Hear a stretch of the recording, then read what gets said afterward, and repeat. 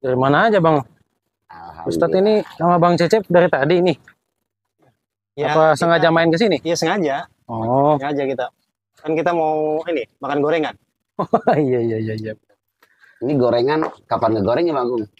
Tadi sih pagi. Tadi. Ikut goreng subuh gitu Mas. Paginya pagi kapan dulu nih? Pagi tadi apa pagi Seminggu yang tadi. lalu. Kalau seminggu yang lalu mah yang tadi malam. Tadi malam udah kata udah habis itu kayaknya. Itu udah seminggu yang lalu itu. iya. Orang makan apa? Gitu. Karena basi. Iya sih, bukan pedas. Bukan. Ya Allah. Tapi ngomong-ngomong ini kopi dulu atau kopi? Kopi. Iya, Biasa. Bang Cecep juga. Biasa. Oke deh. Kalau Kopi hidung lah. hidung. Ide. Black. Black. Black coffee. Black coffee. Ini yang kemarin bilang 200.000. Oke. Kita cobain dulu nih gorengan Iya. ini rasanya. Ustadz Gunawan tuh dimakan gorengannya coba. Iya, Cobain. makasih. Itu buatan orang jauh itu. Bang Cep, ini kemarin kita nongkrong di sini. Sekarang nongkrong di sini lagi. Dagangannya bukan tambah banyak ini. Iya. Dagangan tambah ini baik nih.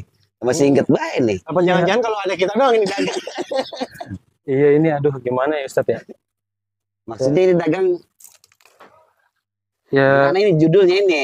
dagang mah sebenarnya udah niat, bener-bener niat gitu jualan mah niatnya. Tapi ya balik lagi keadaan. Oh gitu ya. Maksudnya keadaannya gimana? Ya kayak gini nih. Saya nyetok gorengan misalkan 1 nampan. Iya. Balik lagi kayak tadi. Ya seminggu baru habis. Gimana coba ceritanya? Apa nggak muter modal saya di situ? Kan pasti mandek. Enggak, kalau modal nggak muter, pala yang muter. Iya, mandek berarti. Iya. Aduh. Yang makanya. Tapi itu badannya orang surut itu. Apa? Badannya orang surut tuh masih gitu-gitu baik. Ngegemukin. Kebanyakan ngasin kayaknya. Keseringan ngasin kayaknya ini. Aduh. Nanti jual yang asin-asin atau. Ini udah asin loh. Emang sih agak asin dikit ini. Karena saya ngadonnya tuh pakai keringat. Iya. Ini ada mereknya ini. Nah iya. Ada apa? Notice channel official. Ini Bang? ini merchandise ini, merchandise notice. Jadi Oh, gitu? Bang Agung ini beli. Oh gitu. Iya, dia pesen sama kita kalau nggak salah 30.000 kalau nggak salah. Berarti dia 30.000 pieces waktu itu. diam-diam Bang Cecep ini juga bisnis juga Bang Agung. Bang Pokoknya Cecep udah kaya Bang Agung belum? belum. Gak seimbang nih bisnis. Iya. Itu dia Bang. Iya gitu ya. Bisa begitu ya. Dilema saya begitu. Kita modal buat jualan belum nutup, kita udah diojok-ojok beli gelas. Kan ribet urusannya. Iya. Gelas Gorengan segini cuma kebeli buat ini doang ya. gelas satu. Itu udah ke modal-modalnya habis. Lah uruk. Nggak apa-apa lah, kan sekarang banyak pinjol. Iya. Ya itu keresahan saya Bang Ustadz. Iya. Gimana? Karena setiap berniaga itu saya sulit untuk mencapai apa yang saya tuju gitu. Iya. Kayaknya ini serius nih. Kayaknya mulai sering mukanya udah agak berubah, melas dikit udah. Kayaknya perlu jawaban deh. Kayaknya habis ditagih pinjol tadi pagi. Iya. Bukan aku laku, ada aku. Iya. Ya memang usaha itu apa ya? Yang namanya usaha, baik itu berbisnis di bidang jasa atau apapun itu, atau berjual berdagang, beternak dan lain sebagainya lah. Usaha itu kan memang salah satu anjuran. Ketika kita melaksanakannya berdasarkan sebuah anjuran, berarti itu sudah merupakan satu ketundukan kita sebagai hamba Allah untuk melaksanakan perintah. Ya. Itu kalau kita niatnya ikhlas, gitu kan, bahwa ini adalah sebagai bentuk ibadah, ketundukan kita kepada Allah. Sebenarnya nggak mesti harus ada keluhan sebenarnya. Gitu hanya saja kita belum dilatih ke ranah itu, Bang ini, Bang Agung. Berarti tetap inamal amalu biniat lagi. Inamal amalu biniat itu salah satu hadis yang masuk ke dalam hadis kunci Inggris itu ya. Kemana masuk itu hadis. Bisa disetel ya? Iya, bisa disetel. Gitu. Saya sekilas hampir ngebayangin kunci Inggris, ada hadis kunci Inggris. Jadi begini. Sekarang kebanyakan orang usaha itu cari duit. Benar nggak? Bukan cari keberkahan. Tetapi memang kita juga harus analisis. arti kata dari duit itu sendiri. Duit itu ada berapa huruf ya? D, U, I, T. 4 huruf. Ini sebenarnya kalau kita renungkan, kita pikirkan, dari kata duit ini bisa melahirkan duit. D. Kayak Abdel. Udah kayak Abdel. Ketika kita mau nyari duit, yang pertama langkah pertama D tadi ya. D, berarti doa dulu. Cakep. Doa dulu, apapun yang kita lakukan harus berangkat dari sebuah doa dan harapan kepada yang Maha Memberi. Itu. Udah. Belum. Ya udah mulai langsung. Punya itu usaha. Beres kita ngedoa, usaha. Ikhtiar jangan lupa. Nanti, tapi usaha dulu Bang Cecep. Usaha itu apa sih? Usaha itu kita bangun, bergerak, berbuat. Itu namanya usaha. Keluar dari rumah. Gitu. Kalaupun kita tidak keluar dari rumah, kita apa yang kita bisa kerjakan di rumah? Ketika kita nggak bisa keluar, kerjakan yang ada di dalam rumah. Yang penting niatkan itu adalah usaha sebagai bentuk upaya kita untuk mengimplementasikan dari doa kita. Jadi doa itu harus diimplementasikan melalui gerakan, perbuatan, melalui amal. Setelah kita bergerak, berbuat, gitu kan, maka yaitu ikhtiar. Ikhtiar sama usaha beda Bang Cecep. Beda ya? Kalau ikhtiar asal kata dari akhtaro, berarti asal kata dari kita itu memilih. Ikhtiar itu artinya memilih. Jadi usaha itu harus dipilih, harus dipikirkan, harus kondisional gitu. Nah ini misalkan nih dagang gorengan. Ya cuaca begini emang cocok dagang gorengan. Cuaca dingin, gerimis. Apalagi pinggir danau, kan yang hangat-hangat gitu. Hangat-hangat gitu. Walaupun sampai sekarang nggak laku-laku. Iya. Ini tadinya angin. Baru seminggu. Ikhtiarnya udah. Juga, ini paracetamol. Makanya udah nggak panas lagi. Gitu. Udah ikhtiar, dipilih udah. Secara situasi kita sudah merasa cocok untuk usaha seperti ini. Itu kan sebagai bentuk ikhtiar kita. Setelah doa udah, usaha kita berbuat udah, ikhtiar perbuatan yang kita kerjakan itu dipilih mana yang baik, mana yang tepat, mana yang nggak tepat. Hasil ijtihad kita gitu kan. Terus yang terakhir baru tawakal. Itu udah doa, udah usaha, udah ikhtiar, tawakal. Ditutup dengan tawakal. Kalau udah tawakal udah selesai, serahkan semua. Gitu. Jadi kita udah nggak harus berpikir tentang hari ini misalkan dapat duit segini, dikalkulasi sama kita buat ini, buat ini. Betul. Nah, itu akhirnya kita puyeng ngitung kalkulasian yang kita dapatkan. Betul. Sementara yang namanya keberkahan itu adalah bukan sebuah angka, tetapi sebuah sebuah nilai rasa. Gitu kan. Rasa yang kita dapatkan itu adalah salah satu bentuk kepuasan. Gitu kan. Semoga rasa yang kita dapatkan dan kita miliki hari ini adalah sebagai bentuk ridho Allah. Kalau udah Allah ridho, makan ini nih, paling saya contoh ini ya, makan bal-balan nih misalkan. Gak cabenya kan? Iya. Makan bala-bala ini, satu, kalau Allah udah ridho, seminggu kita baru ketemu bala-bala lagi kenyang. Orang makan misalkan gitu kan, kalau Allah ridho. Banyak orang yang makan, tidur, sampai ratusan tahun orang tidur dalam gua. Allah ridho bangun-bangun gak apa-apa, bener gak? Yang penting Allah ridho. Itu. Yang penting ridho dulu, cari keridhoan Allah sama apa aja yang penting halal. Gitu. Berarti kalau Allah nggak ridho walaupun banyak. Nah, gitu. Belum tentu itu rezeki buat kita. Belum tentu rezeki. Kira-kira begitu ya? Betul. Karena usaha itu begini.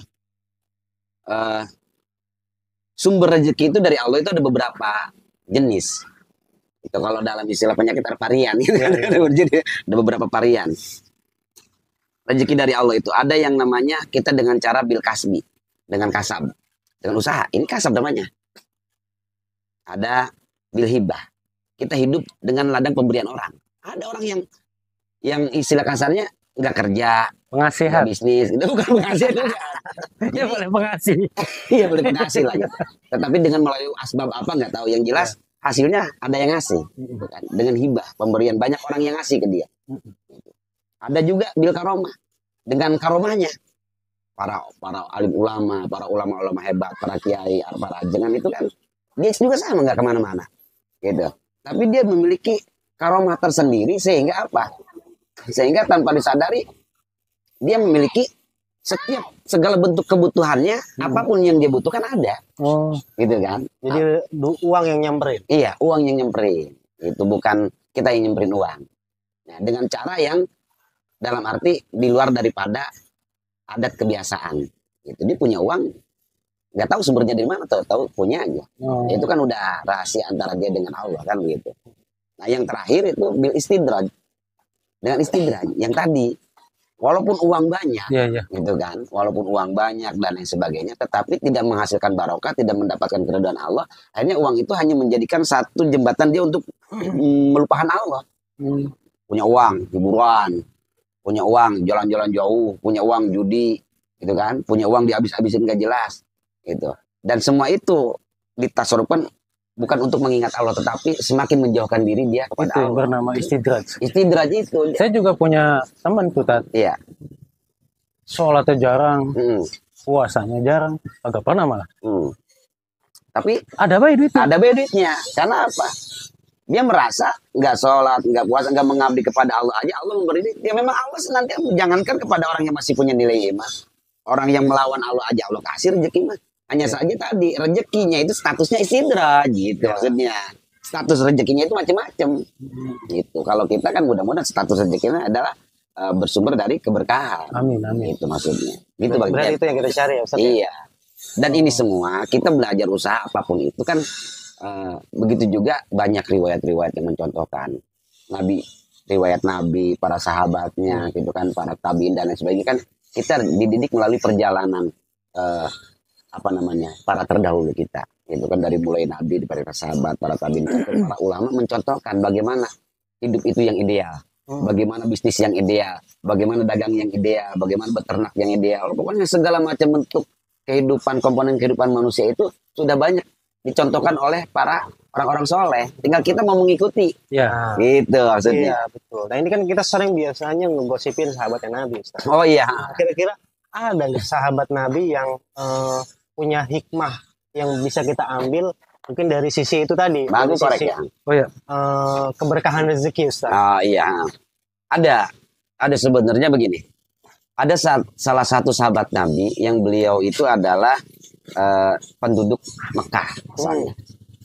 Namanya itu Abdurrahman bin Auf. Abdurrahman bin Auf. Dia itu adalah seorang yang memang orang yang kaya raya. Ketika itu, tapi setelah dia diajak hijrah oleh Nabi, dia itu apa? Dia itu tinggalkan semua harta bendanya yang ada di Mekah. Hijrah ke Madinah tanpa membawa apa-apa. Kenapa dia tanpa membawa apa-apa? Dia tinggalkan semua harta bendanya. Karena dia merasa yakin ilmu tentang usaha sudah dia miliki. Jadi orang kalau udah berbekal ilmu, kemanapun dia lari, dimanapun dia berada, dia tetap akan bisa hidup. Karena ilmu itu yang akan membuat manusia itu bisa hidup. Kasarnya seperti itu. Nah itu diantaranya pindah ke sana. Sampailah dia ke Madinah, di mana tempat Nabi hijrah dan seluruh sahabat yang lainnya. Orang sudah tahu, ini Abdurrahman itu orang jago dalam usaha, jago dalam berbisnis. Akhirnya apa? Banyak yang nawarin. Iya. Bisnismen, seorang entrepreneur lah bahasanya. Iya. Gitu. Entrepreneur muda. Iya tahu artinya entrepreneur. Pengusaha muda. Gitu, pengusaha muda. Nah, di sana pun sampai dia ada yang nawarin. Orang yang kaya raya sampai dia nawarin separuh hartanya dikasihkan ke Abdurrahman bin Auf untuk dikelola. Coba kalau kita ada orang kaya, separuh hartanya dikasih ke kita. Apa yang kira-kira yang Bang Agung mau ambil langkahnya? Apa mau diterima semua? Atau mau bagaimana? Umumnya sih diterima. Umumnya sih diterima, lumayan ini kan ada yang modalin. Gitu. Abdurrahman bin Auf tunggu ya. Dia malah berbahasa begini. Tolong saya ajak ke pasar. Jadi saya mau lihat dulu pangsa pasar. Gitu keren kan? Pangsa pasar. Itu dia lihat pangsa pasar, gitu kan. Kebutuhan masyarakat pada umumnya di pasar itu dia tahu. Nah, yang nggak ada apa. Itu yang disebut tadi ikhtiar, Bang. Ikhtiar, lari dulu, lihat dulu, dipilih dulu mana nih yang bisa dibutuhkan masyarakat. Iya. Jadi usaha Abdurrahman bin Auf nggak seperti apa yang dibayangkan oleh kita dulu. Usaha misalkan dagang ini dan enggak. Dia itu seorang distributor besar. Pengadaan bahkan jualan onta juga, onta-onta yang super. Itu kan. Kenapa Abdurrahman bin Auf ketika itu nggak bisnis transportasi online aja. Mungkin kalau Zaman dulu kan susah kan naik onta. kalau udah modern mungkin dia akan lebih modern lagi. Iya, iya, iya. Dia bisa-bisa udah misalkan sahamnya juga ada di blockchain kayaknya. Gitu. Naruh Dia saham paling juga. jago main piala. Bisa-bisa udah mengendalikan mata uang digital. Iya, iya. Nah, itu begitu. Dia lihat pangsa pasar kebutuhan. Nah, itu kita usaha begitu. Terus yang terpenting dari Abdurrahman bin Auf itu adalah bagaimana usaha dia mengandalkan kejujuran. Karena kejujuran itu yang paling utama menurut dia. Yang pertama itu. Di Dan atas yang kedua adalah segala-galanya. bersedekah. Ya. Jujur dan bersedekah. Itu dua komponen itu harus betul-betul menyatu. Ada orang yang usaha sedekahnya merajin. Tapi tujuannya apa? Buat nutupin kelicikannya. Cuci Ya. uang, Cuci cuci uang. uang. Iya, Ada ada, deterjen. ada yang begitu. Ah, itu lagi rame itu. Ini. Oh, ada juga orang yang sering ngaji. Itu biasa rekeningnya banyak itu. Banyak. Nah itu. Ada misalkan orang nih sering ikut pengajian bahwa innamas shadaqatu tarfa'ul bala misalkan. Sungguh sedekah itu dapat mencegah bahaya. Waduh, gua kerjanya nih suka ngurang-ngurangin timbangan nih kan gitu kan.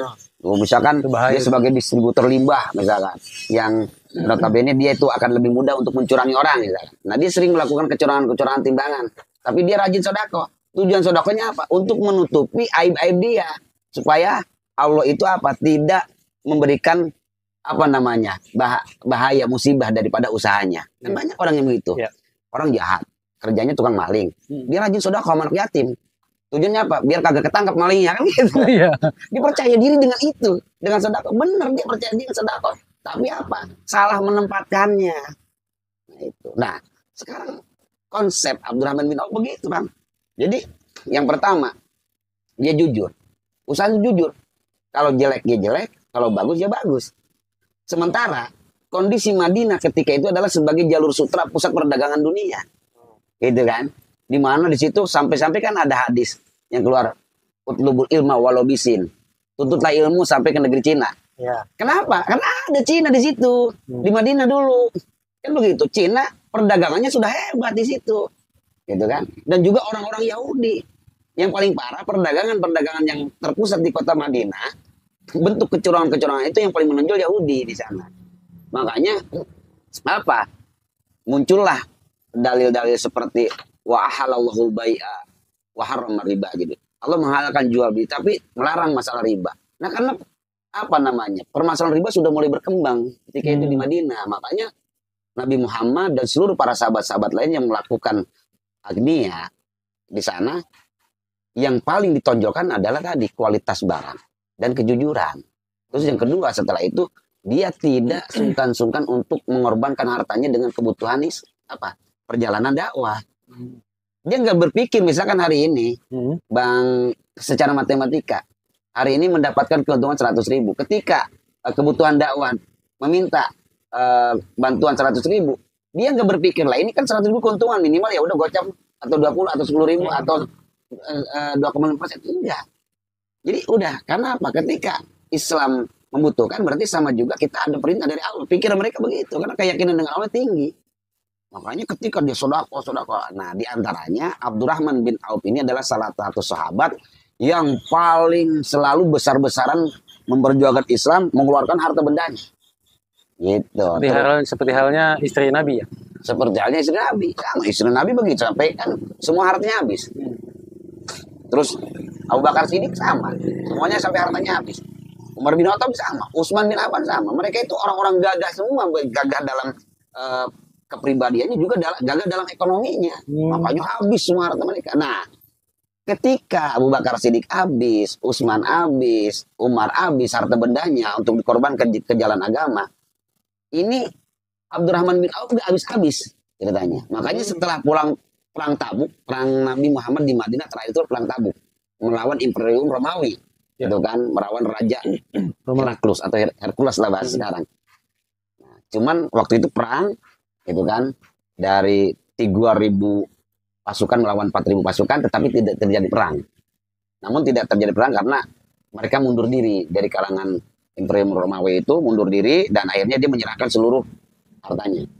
Nah, di situ waktu perang Tabuk dihabiskan seluruh hartanya Abdurrahman bin Auf, gitu kan.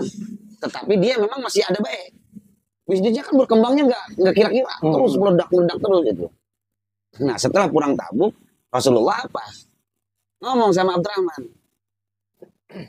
Sahabat-sahabatku yang masuk surga, yang paling lambat itu cuma Abdurrahman aja. Begitu. Istilah kasarnya, yang lain mah cepat semua masuk surga. Cuma yang lambatnya Abdurrahman. Kenapa tuh? Nah, ditanya sama Abdurrahman, ya Rasulullah, kenapa saya bisa demikian? Karena Abdurrahman menjadi salah satu sahabat yang dijamin masuk surga, gitu kan? Karena perjuangannya tadi. Dijawab karena ente kebanyakan harta, gitu kan? Kan sudah saya habis-habis, ya harta itu terlalu banyak, belum habis juga, gitu kan? Nah akhirnya apa?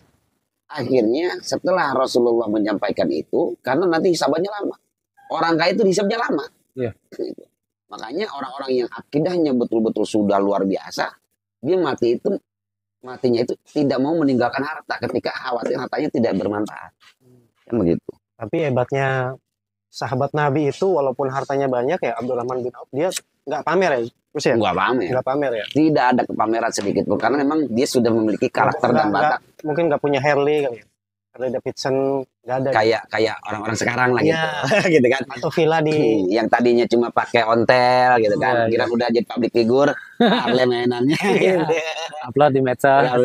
Nggak peduli status dia ustadz ataupun tokoh ataupun apa kan gitu.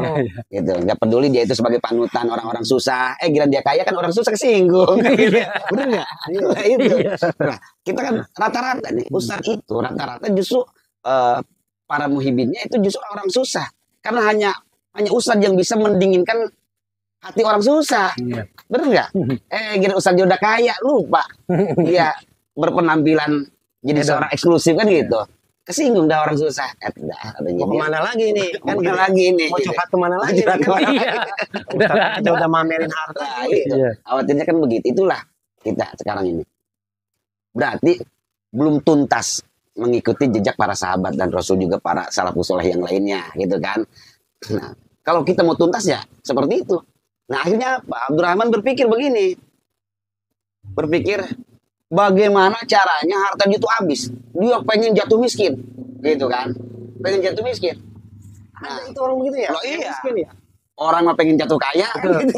Pengen gimana caranya menjadi orang kaya. Di sebaliknya. Dia sebaliknya. Gimana caranya dia itu apa? Ingin jatuh miskin. Nah, setelah pulang Tabuk tahu sahabat-sahabat yang berangkat perang akhirnya apa? Ketika itu sedang dalam keadaan panen korma, tetapi juga akan perang. Nah, sehingga korma yang sedemikian banyak itu pada busuk, Bang Cecep. Pada busuk banyak. Nah, bahkan tidak hanya di kisaran milik para sahabat, juga kebanyakan para petani-petani lainnya, gitu kan? Karena pasar ketika itu sedang turun. Turun malah. Ketika berperang kan pasar pasti turun lah, karena tidak ada produk, lesu. Nah akhirnya apa? Barang itu semuanya hampir busuk. Nah, ketika perang banyak juga para sahabat yang mengeluh, banyak juga yang lain, aduh panen hari ini gagal. Tetapi sisi lain sahabat sudah memiliki keimanan yang kuat. Walaupun panen ini gagal, tetapi mereka setelah mengikuti perintah Rasul untuk berjuang kan begitu. Akhirnya apa? Ada ide ininya dari Abdurrahman bin Auf. Nah ini ada kesempatan nih. Uang gue yang sedemikian banyaknya akan gue habiskan untuk membeli kurma busuk. Kan gitu. Semua kurma yang di mana-mana tidak hanya di sekitar Madinah dia beli. Kan orang girang semua nih. Kurma busuk laku nih. Kan gitu. Kalau di kita saya tokek lagi. Tokek gede. Sama Batu Ali. Sama Batu Ali. Itu kan kalau ada sesuatu pasar yang tiba-tiba aneh kan kita kadang-kadang orang ini nyari. Itu kalau sekarang bisa dibilang monkey business. Ya, apa Mas, itu apa sih? Kayak ikutin yang rame. Enggak, bisnis yang anget-anget ayam. Oh iya benar lah ya. Ada bisnis begitu. Ini juga mungkin begitu. Padahal kan kita nggak tahu sumber pasarnya apa, kebutuhannya. Ya kan begitu. Tiba-tiba rame kan ya. Beli semua sampai habis tuh duitnya. Nah, miskin dah gua girang dia kan. Iya. Girang dia miskin. Karena habis semua pakai dibeli. Orang-orang lain senang semua. Ya. Dia sedih juga walaupun habis hartanya senang. Nah, dia udah bilang ke Rasulullah, hartanya habis. Itu berarti dia masuk surga bisa cepat, nggak lelet. Tapi aneh, lagi-lagi dia gagal menjadi orang miskin. Tiba-tiba datang utusan dari Yaman, gitu kan? Dia delegasi dari Yaman untuk mencari-cari kurma busuk. Akibat perbuatan itu ya. Iya, untuk mencari-cari kurma busuk. Didengar-dengar ada saudagar kaya yang pernah memborong kurma busuk, katanya. Abdurrahman bin Auf, didatengin dia. Assalamualaikum. Waalaikumsalam. Ada apa ya? Saya dari Yaman. Saya utusan dari raja. Loh, ada apa? Informasi yang kedengar ke telinga saya dan para raja bahwa Anda telah membelanjakan harta Anda untuk membeli kurma busuk. Berarti sekarang kurma busuk yang ada di mana-mana milik Anda. Oh iya, betul.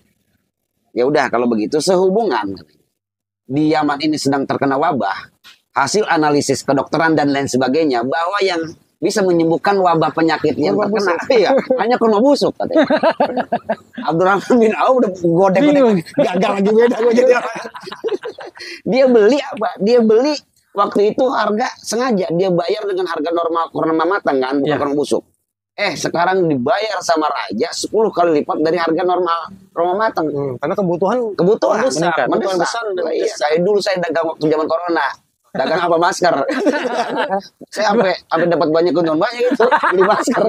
Oh, ini yang nimbun. Yang nimbun ini. Iya. Gagal lagi dia jadi orang miskin. Nah, dari cerita itu kita bisa tarik apa namanya? Kesimpulannya. Ini apa yang bisa menyebabkan demikian? Kira-kira menurut Bang Cecep atau punya nggak kesimpulan dari cerita itu? Ya, mungkin karena keikhlasan. Artinya Abdurrahman bin Auf ini tidak mengikat dirinya sama urusan materi, sama urusan keduniawian. Yang penting dia berjuang di jalan Allah, gitu kan. Dia bisa ngebantu orang, dan itu akan dia lakukan. Tapi ternyata takdir Allah berkata lain. Berarti benar tadi, kenapa dia ingin menghabiskan hartanya untuk apa? Supaya bisa masuk surga lebih cepat. Orang yang menginginkan masuk surga berarti bagaimana di dalamnya sudah terdapat adanya tujuan utama untuk mendapatkan ridho Allah. Ya. Tadi kembali ke awal tadi, berarti karena bisnisnya dia itu mardotillah, karena mengharap ridho Allah, gitu.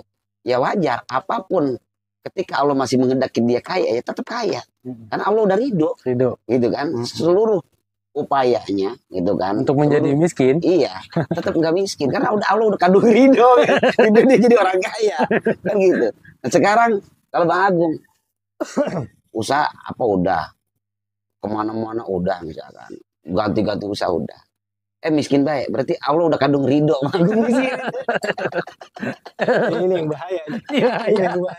Sampai saya pernah dulu waktu corona saya nyetok juga tuh masker belanja 600 pas udah laku dihitung-hitung cuman 400.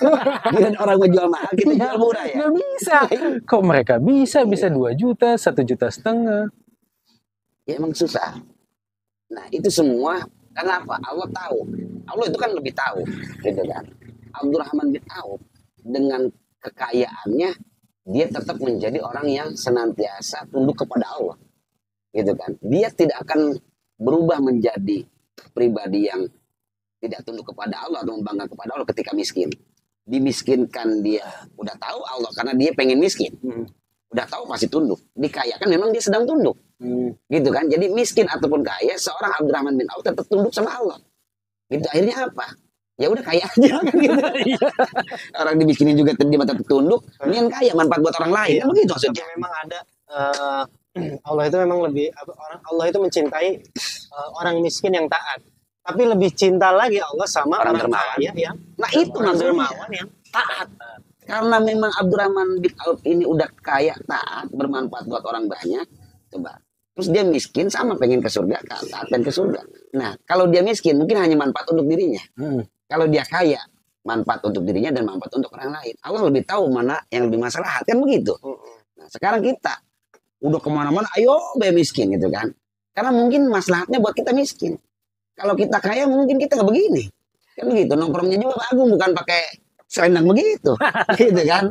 Mungkin nongkrongnya udah pakai senpi kali kan, mainnya diperbaki, latihan nembak, kan begitu. Nah, jadi kalau udah tahu gaya kita sebenarnya, lebih tahu bukan udah tahu, lebih tahu gaya kita, tepatnya kita di mana. Kalau hari ini kita tunduk, ketika miskin ya udah kita takutnya apa? Ketika kaya kita tidak tunduk. Berarti Allah lebih sayang keadaan kita yang sekarang ini. Nah, tinggal hari ini bagaimana caranya agar kemiskinan ini tidak mendekatkan kepada kekufuran, karena ada keterangan kadal bakruh ayakuna kufron. Kemiskinan dapat mengakibatkan kekufuran. Berarti tadi bagaimana kemiskinan kita ini dibubuhi oleh ilmu. Itu supaya kita mengenal kemiskinan itu adalah salah satu keadaan yang tetap masih dimuliakan oleh Allah. Dan bahkan surga itu merindukan orang miskin. Surga merindukan orang miskin, Nabi merindukan orang miskin, Allah merindukan orang miskin. Nah, disitulah bagaimana membangun jiwa yang kuat bagi seorang si miskin untuk Tetap mengideologikan kalimat itu dengan kemiskinan. Gitu. Hidup miskin gitu. Hidup di situ gitu. Jangan sampai kayak sahabat Rasul yang satu, Salabah.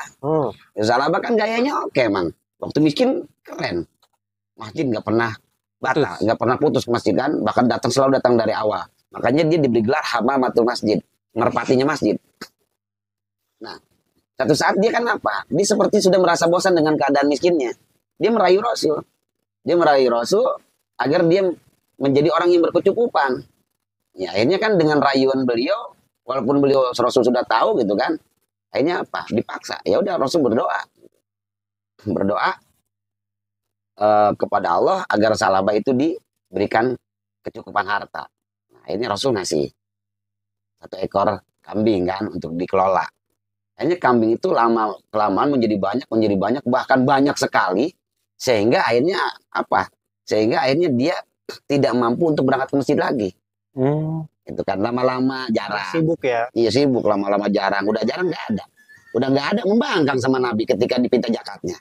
Nah, itu salah satu contoh juga buat kehidupan kita hari ini. Kita jangan ngotot sama Allah untuk kita dirubah nasib kita menjadi orang kaya. Karena Allah lebih tahu. Buktinya Salabah, sahabat yang dibanggakan, menjadi sahabat yang paling membanggakan terhadap aturan agama.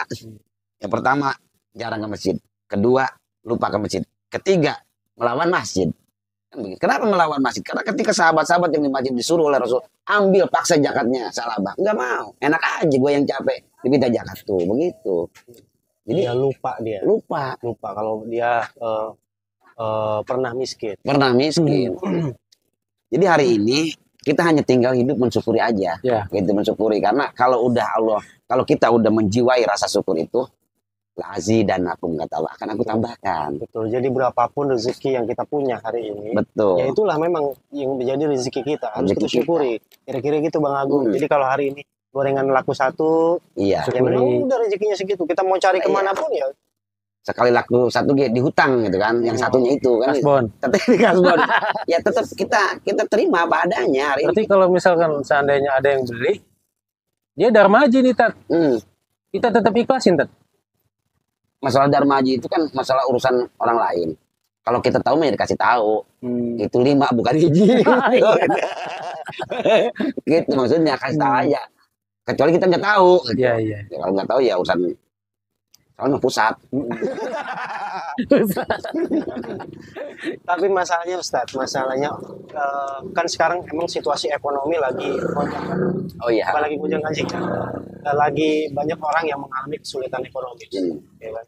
Ya, walaupun katanya perekonomian terus membaik gitu kan ya, pasca kemarin pandemi gitu kan. Tapi tetap aja kan ini orang-orang yang pedagang-pedagang kecil nih seperti Bang Agung ini paling merasakan ini. Buktinya dagangannya segini-gini surut aja gitu ya. Kayaknya rencengannya makin ke atas ini. Rencengan ya. Kalau karakter lautnya makin surut. Makin surut. Ntar lama-lama keluar tsunami. Nah, itu kan untuk penuh atau digusur gitu. Pol PP datang. Ini MB-nya harus kabur. Lah, itu kan untuk mengimani. Bahwa rezeki itu datangnya dari Allah. Itu kan sulit, Ustaz. Betul. Nah, bagaimana nasihatnya, Ustaz? Jadi begini.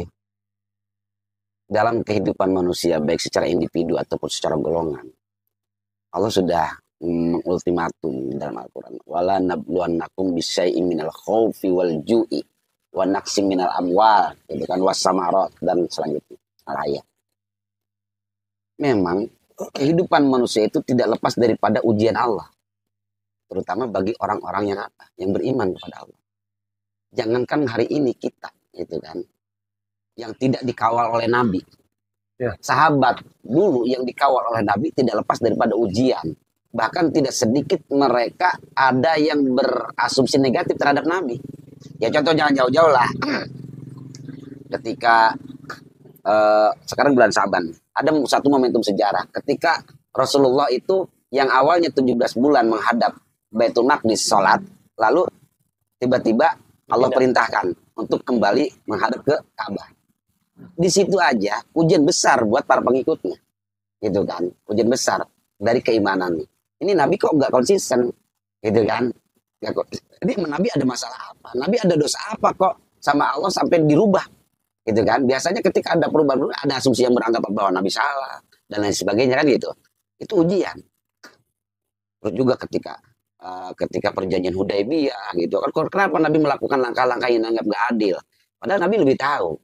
Nah, begitu juga hari ini di situasi ekonomi kita sedang terpuruk, kita juga kan mengalami tentang bagaimana peningkatan ekonomi kemarin-kemarin. Lalu kenapa ada ekonomi kita terpuruk? Ada apa ini? Yang pertama asumsi itu bisa jadi ini adalah ujian buat kita sesuai dengan tadi konteks ayat tadi. Allah akan menguji kita dengan rasa takut. Rasa takut dari apa? Rasa takut dari kekurangan rezeki. Wa naqsi minal awal.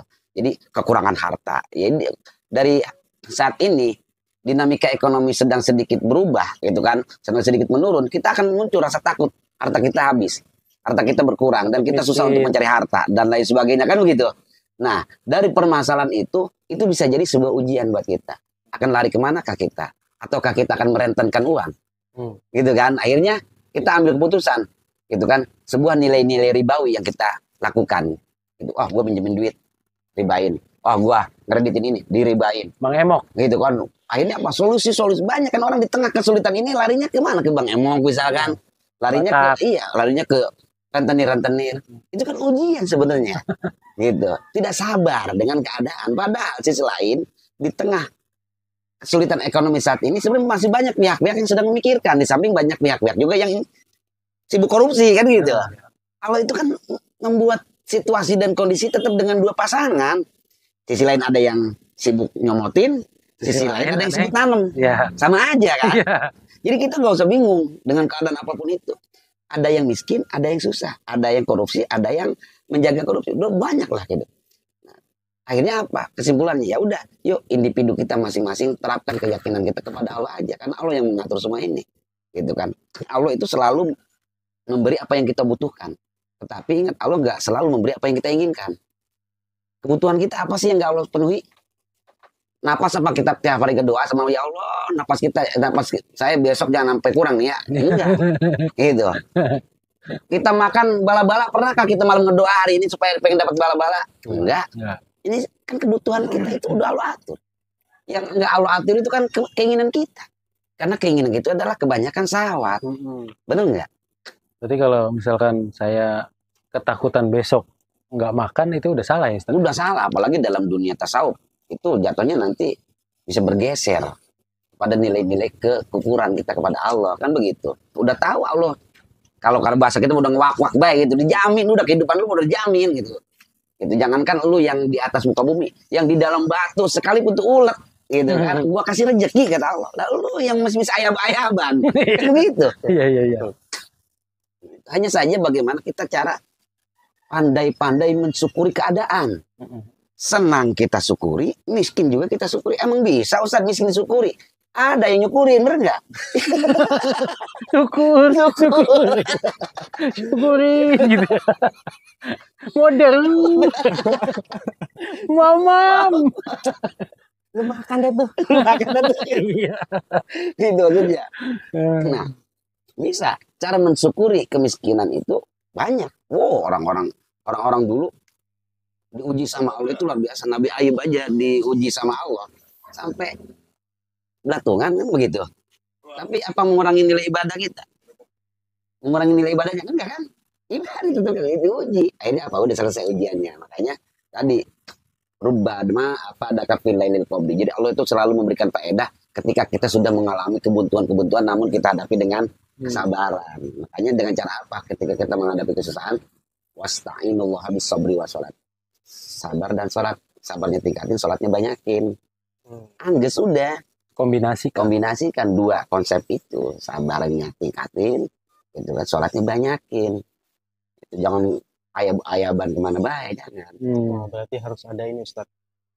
Apa langkah yang harus kita tempuh ketika kita dalam keadaan kebuntuan Iya. ekonomi gitu Ustaz. Ya udah tadi, ketika kita dalam kebutuhan ekonomi, kalau memang kita punya nilai-nilai ketauhidan yang tinggi, ketika pun kurang tinggi ya tinggiin, memang itu udah menjadi kewajiban kan. Iya. Sandarkan semuanya kepada Allah seperti tawakal tadi. Kurang apa sih ikhtiar kita? Benar nggak? Ya udah, ketika kita mengalami kebuntuan tadi 3 langkah. As-sukutu anil kalam. Udah banyak, jangan banyak ngomong. As-sukutu anil harokah, udah jangan banyak angkang-ingking. As-sukutu anil irodah, udah jangan banyak keinginan dulu.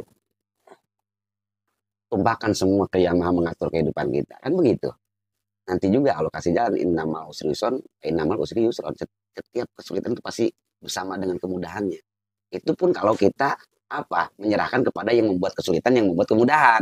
Tapi kalau nggak kita serahkan kepada yang membuat itu, ya tetap kita ketemu susah terus, nggak ada selesainya. Sebab dipikirin juga percuma ya. Pikirin juga percuma, nggak ada selesainya. Karena ada solusinya kita Nah, pikirin. makanya tadi banyakin, setelah 3 langkah tadi kita lakukan, 2 perkara tadi, tingkatin sabar, banyakin sholat. Udah selesai kan, emang itu doang. Nggak ada lagi, itu bukan dari mana-mana, dari Allah sendiri yang menyampaikan. Wasta'inullah bisabri wassalat. Jadikanlah pertolonganmu itu dengan sabar dan salat. Udah. Sabar dan salat itu sebagai bentuk jalan menuju pertolongan. Iya. Gitu. Oke. Ini udah mau Iya. azan asar nih Ustaz. Kita kayaknya sholat dulu ya. Oke, Ntar ini ya kalau ketemu dah. Ya kan? Sabar lagi kita tuh. Sabar lagi. Iya. Alhamdulillah. Dapat teman kayak Bang Ustadz sama Bang Cecep. Ya. Oh, untung. Ada 10 kali bisa kemarin. Gitu. Begini baik. Kelar udah. Udah. Sepi. Ya paling nggak dapat nasihat dari Ustaz. Iya, terima kasih dah. Udah gitu aja Bang Uya. Ya. Assalamualaikum. Waalaikumsalam warahmatullahi